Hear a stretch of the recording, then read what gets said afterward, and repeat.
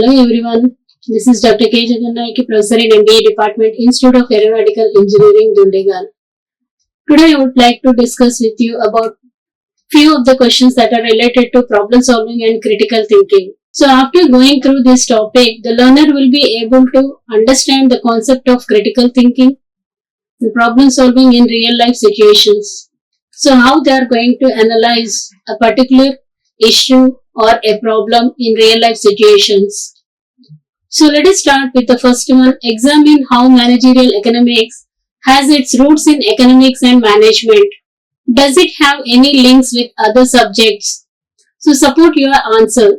So as we know, managerial economics is an interdisciplinary field. So it involves all subjects like economics, political science, mathematics, engineering subjects, decision making science, all those things. So it is an interdisciplinary field, indeed has deep roots in both economics and management, while also being closely linked with other subjects. So first of all, we'll define what is economics. So economics is related to the monetary concepts. So basically, here we are going to discuss about the branches of economics. So economics, it is divided into two types. One is microeconomics, another one is macroeconomics.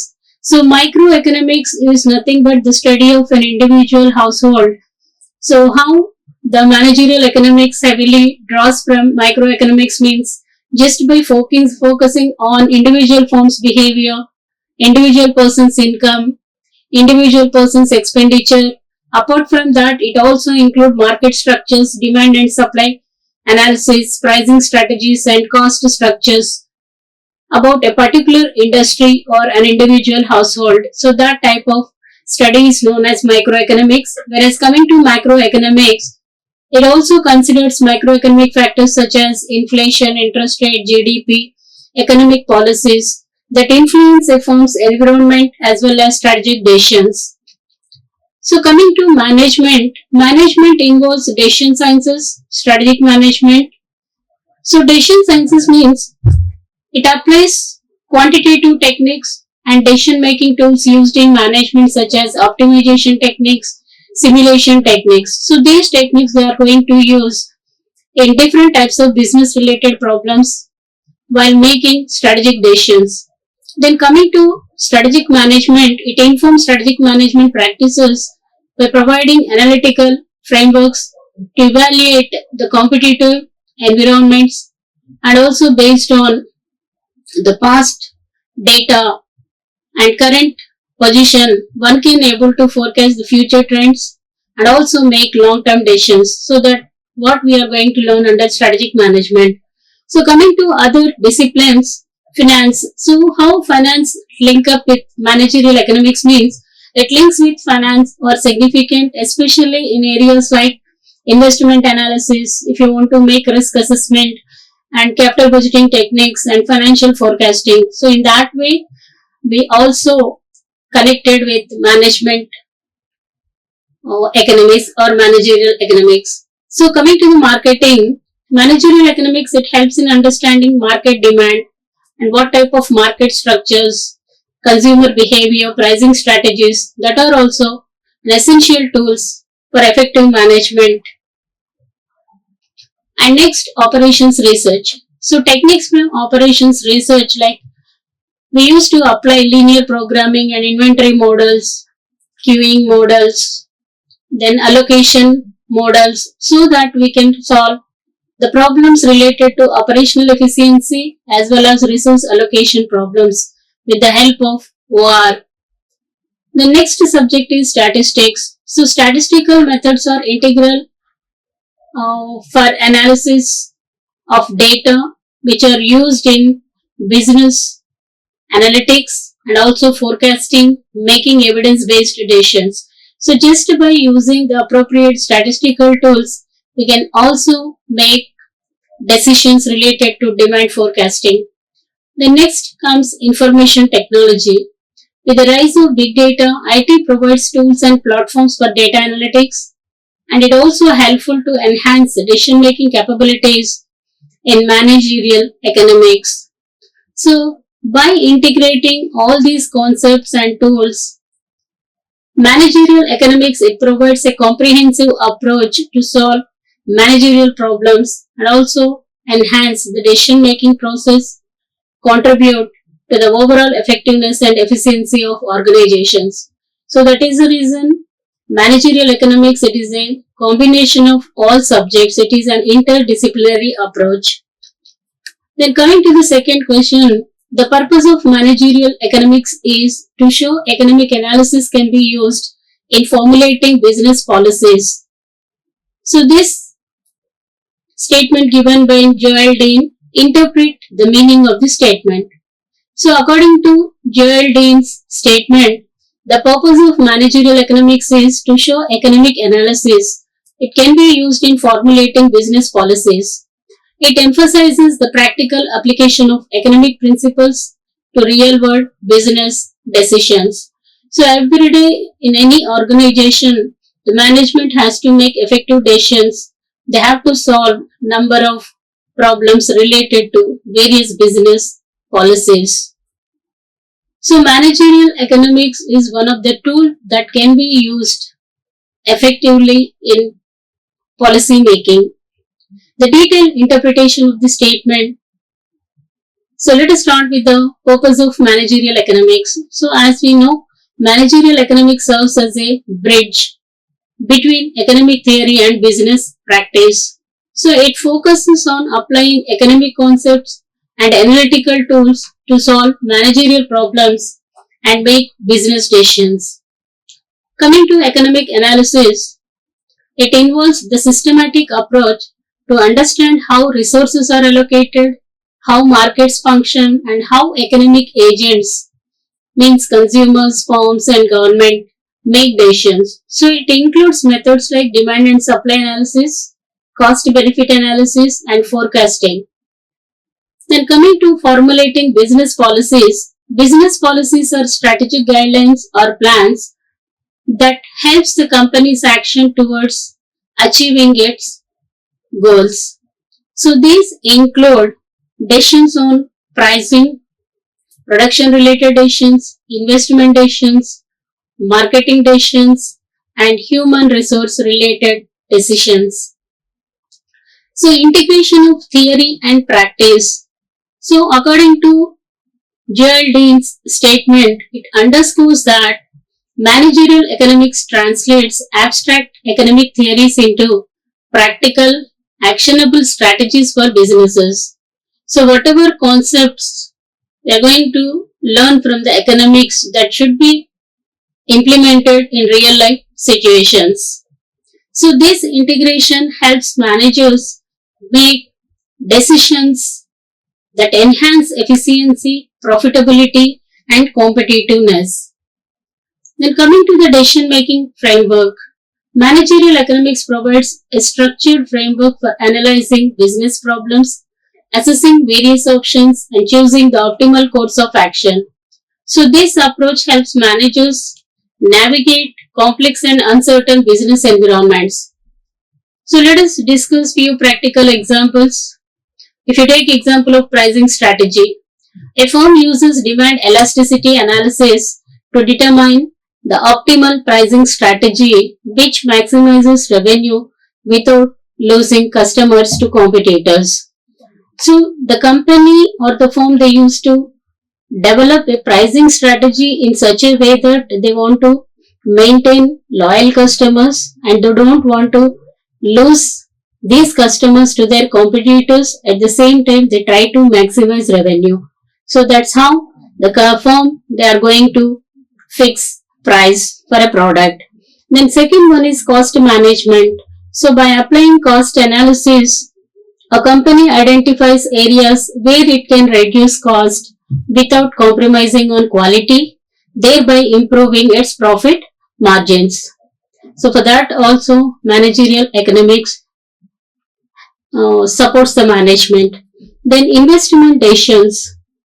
See, firms use investment appraisal techniques such as NPV, net present value, and internal rate of return to evaluate the potential returns on new projects or expansion. So whenever we are investing on new investment options or if you want to diversify or if you want to expand your business, whatever amount spent on various activities, so every management they always seeks what will be the maximum return they can able to generate on new projects on expansion or automation, or if they want to go for diversification.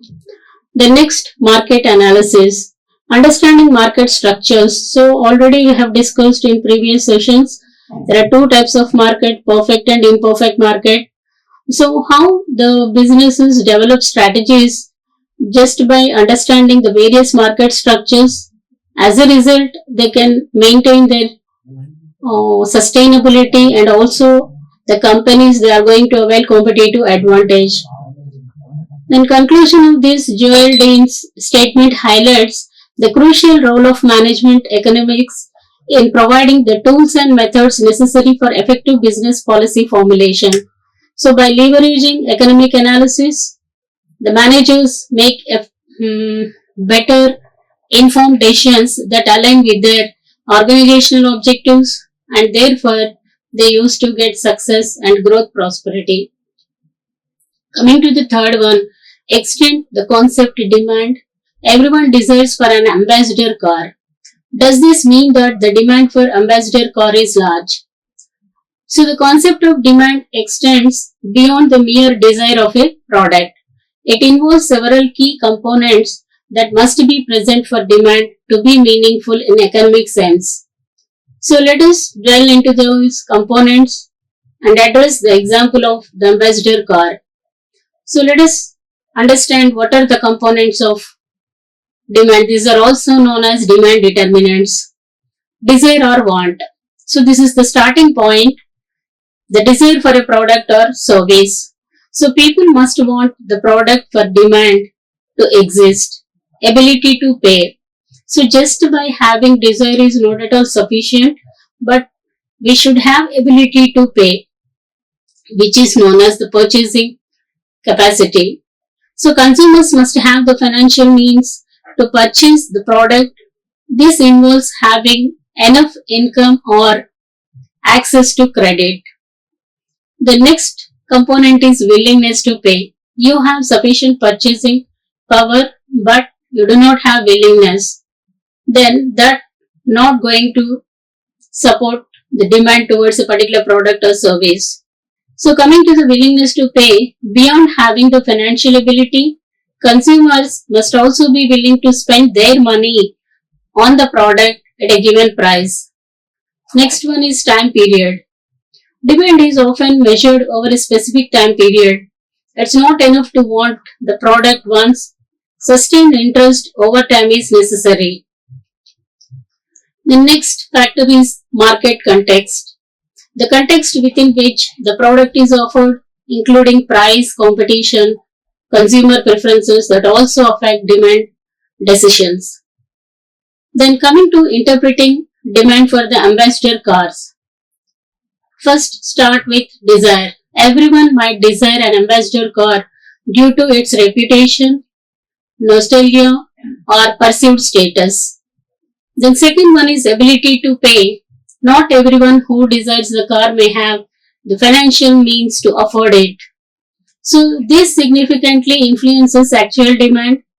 Next, willingness to pay. Even if people have the money, they must be willing to allocate their resources to purchasing ambassador car instead of other alternatives. So even though there are number of other brands available in the market, it doesn't mean that people should go only with ambassador car. Then next, price sensitivity. The price at which the car is offered plays a crucial role. If the price is too high, the number of people both willing and able to buy will decrease and thus reduce the demand. The next one is substitute goods. Availability of substitute goods, other cars in the market, these are known as substitute goods, also impact demand. If there are better or cheaper alternatives, the demand for ambassador car may not be large. So as a conclusion, the desire alone does not constitute demand. For the demand for ambassador cars to be considered large, a significant number of people must have the desire, financial means, and willingness to purchase the car at the prevailing price. Market dynamics, consumer preferences, and economic conditions also play a crucial role in determining the actual demand.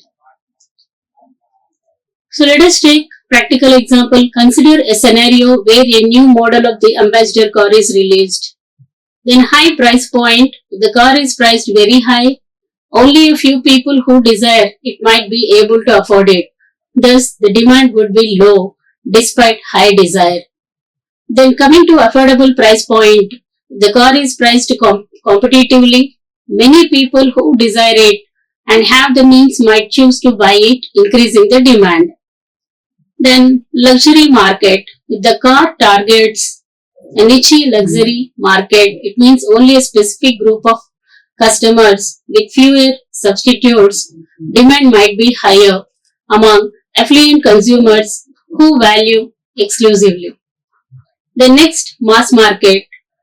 It aimed at the mass market with many substitutes. The car must offer unique features or competitive pricing to generate substantial demand.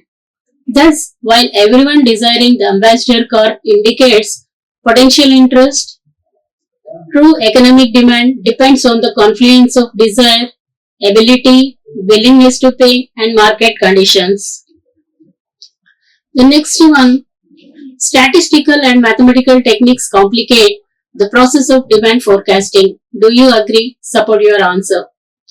So, demand forecasting is essential for businesses to make informed decisions regarding production, inventory, and market strategy. The use of statistical and mathematical techniques in this process can indeed they will add more complexity, but this complexity often leads to more accurate and reliable forecast. So let us explore both sides of the argument to assess whether these techniques complicate demand forecasting and if the benefits outweigh the challenges. So arguments supporting the statement, technical expertise required. So implementing statistical and mathematical techniques requires specialized knowledge in data analysis, statistics and quantitative methods. So if people have this kind of knowledge, generally they can able to have expertise in terms of technology. So businesses without access to such expertise might find these technologies daunting. The next, complexity of models. Advanced forecasting models such as ARIMA, autoregressive integrated moving average, multiple regression, or machine learning algorithms can be complex to develop, understand, and implement. Data requirements. So these techniques often need extensive and high quality data, and collecting, cleaning, and maintaining such data can be time consuming and resource intensive. So for this, we need high end of resources and also more time we have to spend in data collection. Then interpretation of results. The results from sophisticated models can be challenging to interpret correctly. So misinterpretation can lead to incorrect business decisions. The next, assumptions and limitations. So statistical models are based on specific assumptions. If these assumptions are violated, the model's forecast may be inaccurate. Understanding and accounting for these assumptions adds to the complexity. Then coming to the arguments against the statement, improved accuracy. Statistical and mathematical techniques often provide more accurate forecast than simple heuristic methods. Improved accuracy leads to better decision making and resource allocation. Handling complexity. These techniques can effectively manage complex relationship between variables, capturing trends, seasonality, and cyclic patterns that simpler methods might miss. And objectivity and data-driven insights. Statistical methods are based on empirical data, reducing subjective biases. So this objectivity leads to more reliable and consistent forecast. Then comes automation and technological advancements. Advances in technology have made it easier to implement these techniques. Software tools and automated systems can simplify the process of data analysis and model building. So with the help of latest technology, highly sophisticated software, people are coming out with accuracy and reliability in terms of statistical data. The risk management, which includes comprehensive analysis using sophisticated techniques, helps in identifying potential risks and uncertainties and also enables better risk management and mitigation strategies.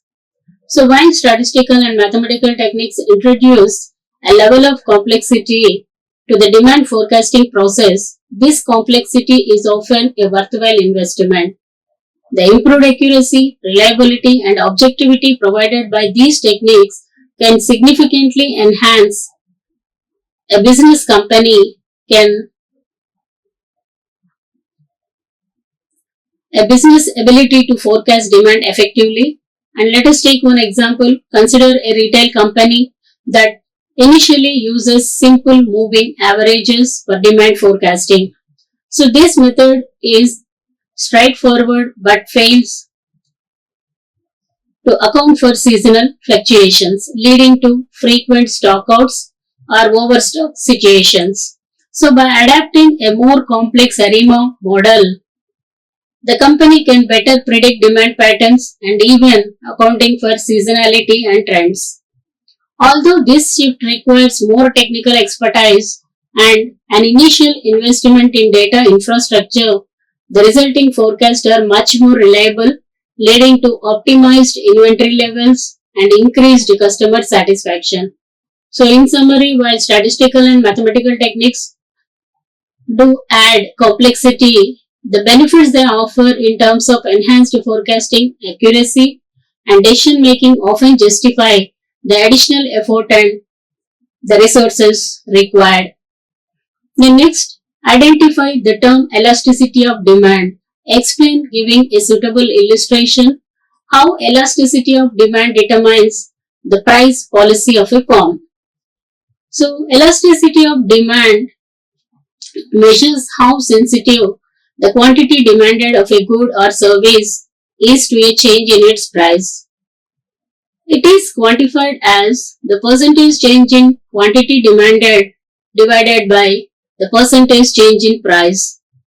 There are several types of elasticity of demand, but the most commonly discussed is price elasticity of demand. So, price elasticity of demand is percentage of demand is equal to percentage in quantity demanded divided by percentage change in price.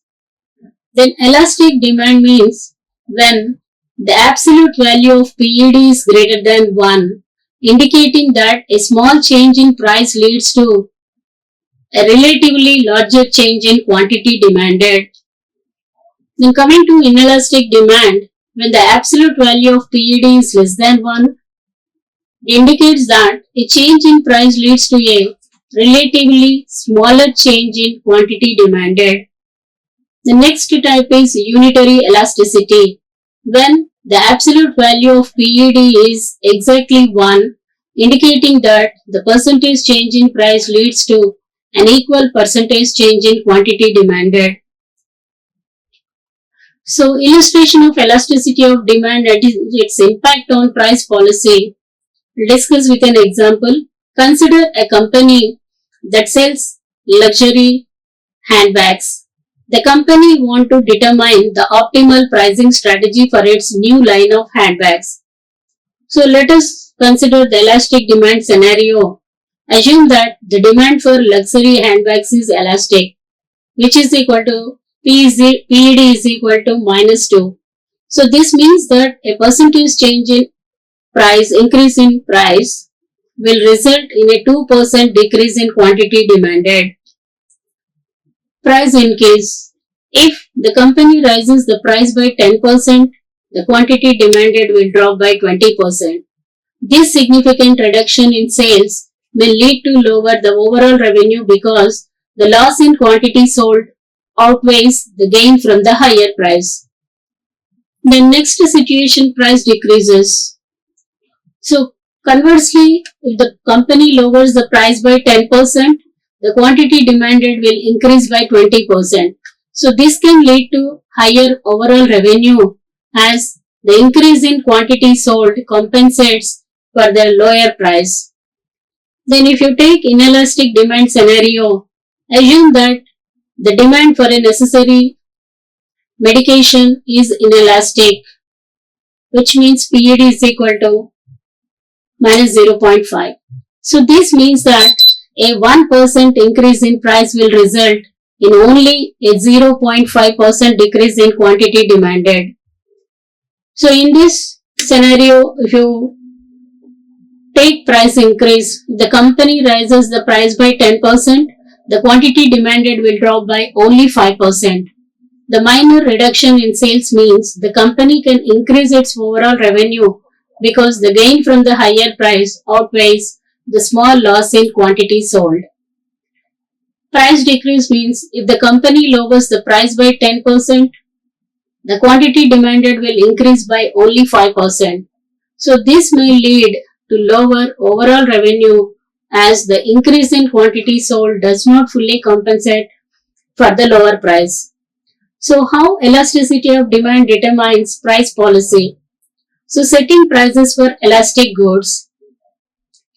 So for products with elastic demand, the firm should be cautious about raising prices. So significant price increases can lead to substantial drops in quantity demanded, negatively impacting the revenue. If price increases, demand decreases. If price decreases, demand increases. So price reductions can be effective in increasing total revenue as the higher quantity demanded can offset the lower price. Then setting prices for inelastic goods. So for products with inelastic demand, firms have more flexibility to increase prices without fearing large drops in quantity demanded. So this can lead to higher total revenue. Price reductions might not significantly boost quantity demanded, so firms might prefer maintaining or increasing prices to maximize revenue. So understanding the elasticity of demand is crucial for firms when formulating their pricing policies. By recognizing whether their products are price elastic or inelastic, firms can make informed decisions on pricing strategies to optimize revenue and profitability. Thank you. Like, share and subscribe. Hit the bell icon for more updates.